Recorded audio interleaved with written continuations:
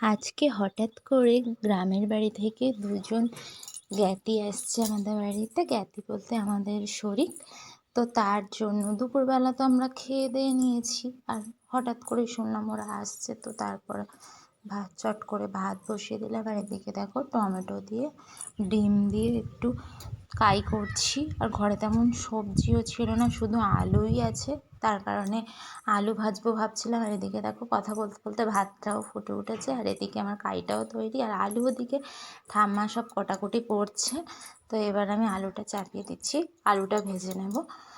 আর ভাতে দিয়েছিলাম কুমড়ো। তো এত তাড়াহুড়োর মধ্যে ওরা প্রায় ট্রেন থেকে নেমেইছে, এত তাড়াহুড়োর মধ্যে ভাবছিলাম কি করব না করব, তাই এগুলোই বসিয়ে দিলাম। আর ওদিকে মিঠাই ওর দাদুর কোলে দোল খাচ্ছে। আর এদিকে দেখো বাইরে কি পরিমাণ বৃষ্টি হয়েছে। তো এদিকে আমি চটপট রান্নাটা কমপ্লিট করে নিলাম। এদিকে আমার আলু ভাজাও কমপ্লিট, এদিকে ডিমের কারিটাও কমপ্লিট। তো আজকের এইটুকুই আমি রান্নাবান্না করেছি। আর আমাদের দুপুরে নিরামিষ হয়েছিল, যদিও সেগুলো খাওয়া কমপ্লিট হয়ে গেছে। তো টাটা, পরে দেখা হবে।